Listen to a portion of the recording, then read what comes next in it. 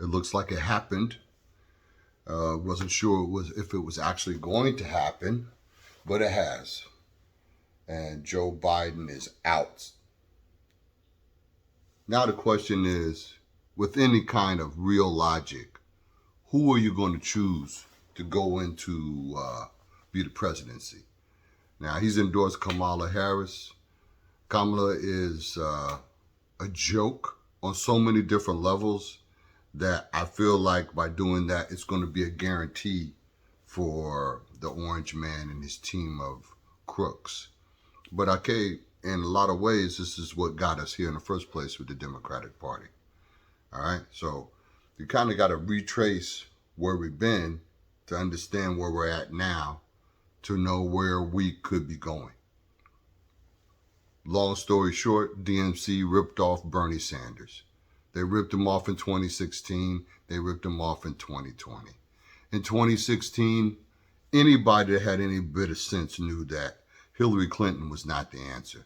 Now, we could talk about the corruption in our politics, and that's what would allow for Hillary Clinton to get 3 million of the popular vote, but still not get the Electoral College. That's why the Electoral College needs to be eliminated. And unless you field candidates that are worthwhile, democracy, the little tiny bit of democracy that's left in the United States, will be gone.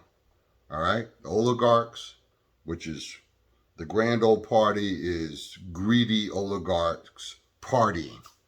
That's what GOP stands for now, because all they do is serve people with G money. But the Democrats do the same.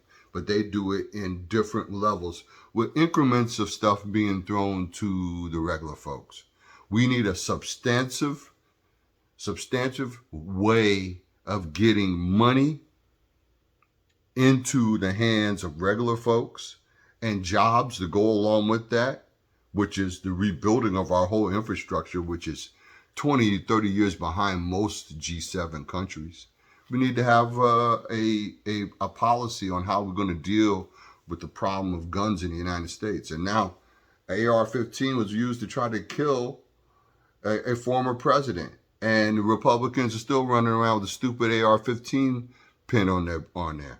And I believe that you should have ownership. But, you don't need to have a Gatling gun. You don't need to have 47 fucking AR-15s. And when you listen to the Jocko podcast with the great Jocko Willenick, 181, 182, they're describing their wartime events, these special forces guys. And they were using the CAR-15. That is the same weapon. It's a weapon of war. You don't need it if you live in bumfuck USA. Simple as that. And there should be a registration process. There should also be a GPS, small GPS unit that's put into all weapons. If you're a registered gun owner and they got your name, they got your social, they got all your information, they have it for your taxes, they have it for you for driving, you don't have it for a fucking gun, and one of the most lethal things that we can have in our society. If that means that somebody steals that gun out of your vehicle because your dumbass left it in it, or somebody breaks into your house and steals your weapons, you'll be able to activate a GPS code that's unique to you as the owner, and then they would be able to hone in on that. We have these fundamental things that are in American society that we finally have to do something about. It's time for you to shit or get off the pot. And it means giving something to regular people. Now, if I had my choice right now, Biden would endorse Bernie Sanders to be the president, since you ripped him off twice. And that was the DNC doing that, not the Republicans. The DNC ripped off Bernie because he was going to help regular people.